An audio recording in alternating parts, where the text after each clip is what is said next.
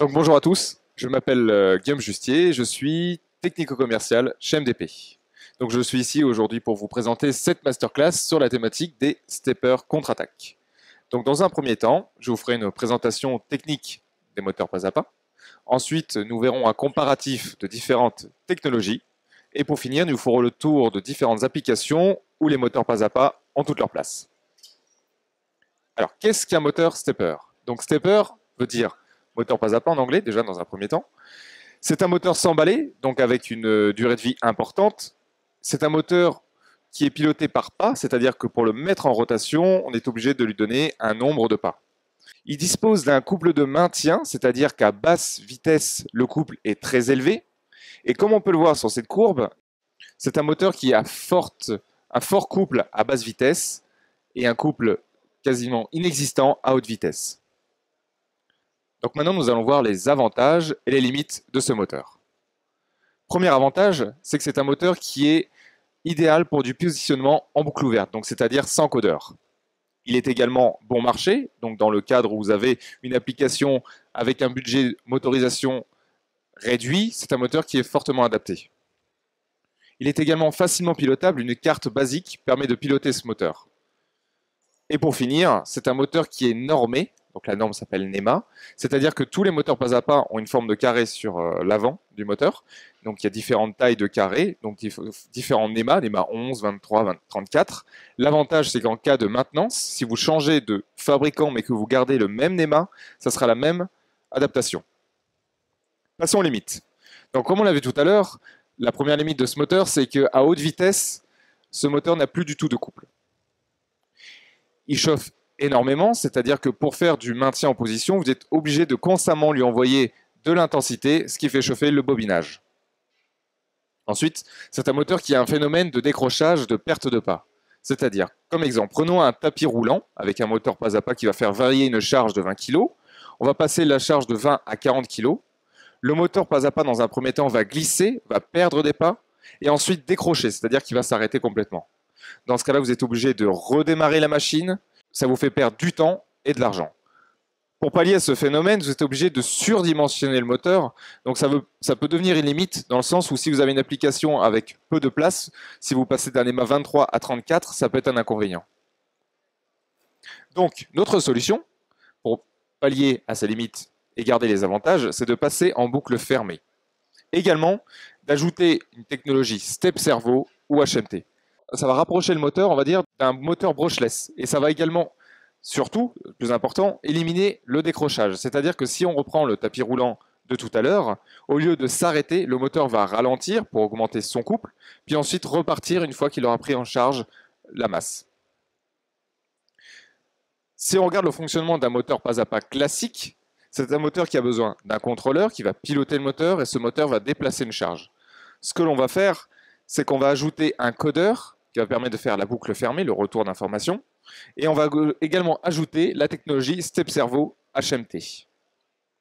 Pour vous montrer l'intérêt de cette technologie, nous avons fait un comparatif avec un moteur brushless servomoteur, c'est-à-dire électronique et codeur intégré, un moteur pas à pas en boucle ouverte avec son électronique basique, et le fameux moteur pas à pas avec la technologie Step Servo ou HMT en boucle fermée. Les premiers comparatifs que nous allons voir tout de suite sont entre le moteur pas à pas en boucle ouverte, basique, et le moteur pas à pas en boucle fermée et la technologie Step Servo. Sur votre gauche, vous voyez la courbe qu'on a vue tout à l'heure avec un couple élevé à une vitesse quasi nulle et un couple qui diminue fortement à haute vitesse. L'avantage de la technologie Step Servo, c'est que ce n'est plus un point où le couple est important, mais bien une plage de fonctionnement. Ça permet d'augmenter les applications où le moteur pas à pas peut être utilisé. Deuxième comparatif, le profil de vitesse. On voit nettement que la courbe bleue, donc celle avec la boucle fermée et la technologie, est beaucoup plus dynamique et performante. Donc encore une fois, grâce à ces technologies, le moteur peut être utilisé dans des applications de cadencement et de réactivité. Pour finir ce comparatif entre ces deux moteurs, nous avons ici plusieurs indicateurs de performance qui montrent que grâce à cette technologie, l'accélération et le rendement est augmenté et que les positions d'erreur, la température et le bruit est fortement diminué. Pour finir les comparatifs, vous avez ici à présent l'ensemble des technologies. Donc vous avez le moteur brushless qui a une ligne un couple identique à n'importe quelle vitesse. Vous avez en gris le moteur pas à pas en boucle ouverte et en bleu le moteur pas à pas en boucle fermée et la technologie Step Servo. Ce que l'on voit, c'est que la plage de fonctionnement du moteur pas à pas classique est très réduite du fait que son couple qui diminue fortement.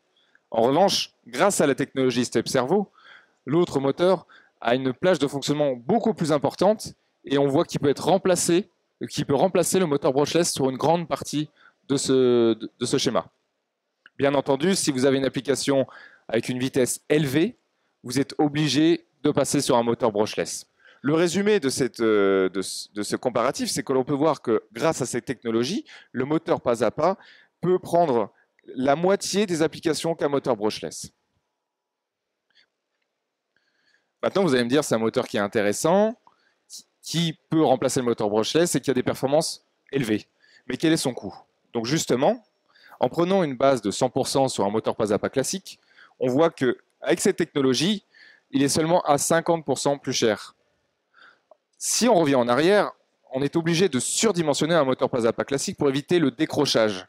Donc finalement, en termes de tarifs, on se retrouve sur un prix quasi similaire. Bien entendu, le carré orange représente le moteur brushless, qui est jusqu'à 3 fois plus cher.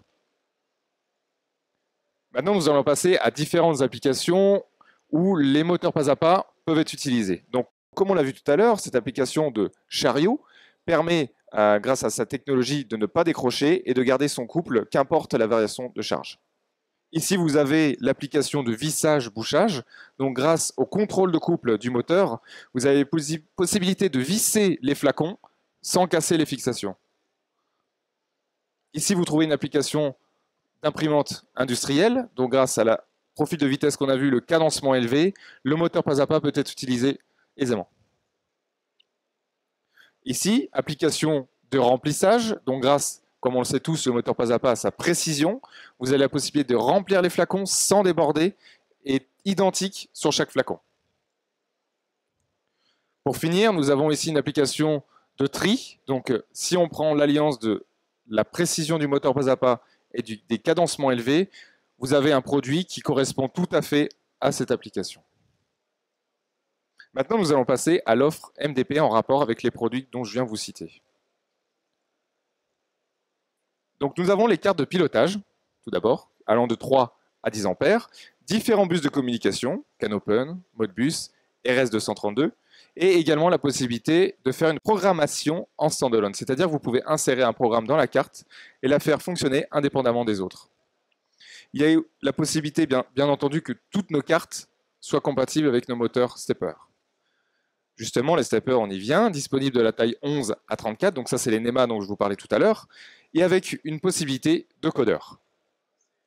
Pour finir, justement, les moteurs électroniques intégrés avec le codeur et la technologie Step Servo ou HMT.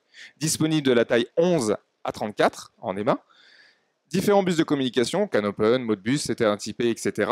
Et comme certaines de nos cartes, possibilité de programmation standalone. Vous avez aussi également une option IP65 dans le cas où vous avez une application avec des projections d'eau, par exemple. Alors MDP, je ne sais pas si vous connaissez, mais on est aussi multi-technologie, c'est-à-dire qu'au-delà des moteurs pas à pas, nous avons les moteurs brushless, les moteurs à balai, les moteurs asynchrones, et nous avons également toutes les cartes pour piloter ces technologies, aussi bien de l'asservissement vitesse au positionnement. Nous avons également les accessoires, codeurs, freins, alimentation, et dernièrement, nous venons d'avoir maintenant les automates qui permettent d'avoir une solution allant du motoréducteur jusqu'au cerveau à l'automate pour contrôler tout le système. MDP, c'est également une offre 100% service. Tous nos produits sont compatibles entre eux. Vous avez à votre disposition un support technique qui permet de répondre à vos questions si vous avez des soucis de programmation, des soucis techniques de motorisation, de mise en place. On peut également se déplacer et installer tout un système chez vous qui vous permet de gagner du temps. Et pour finir, nous avons également des chefs de projet qui vous sont dédiés dans le cadre où vous avez un cahier des charges jusqu'à la fabrication totale d'un produit, puisqu'on a une zone de production et nous pouvons le faire chez nous et vous faire gagner du temps sur toute la partie mécatronique. Donc cette masterclass est terminée. Je vous remercie de votre écoute. N'hésitez pas à revenir vers nous pour nous poser des questions à ce sujet et je vous engage à voir la prochaine masterclass sur l'industrie du packaging 4.0 avec nos fameux automates que nous venons d'avoir.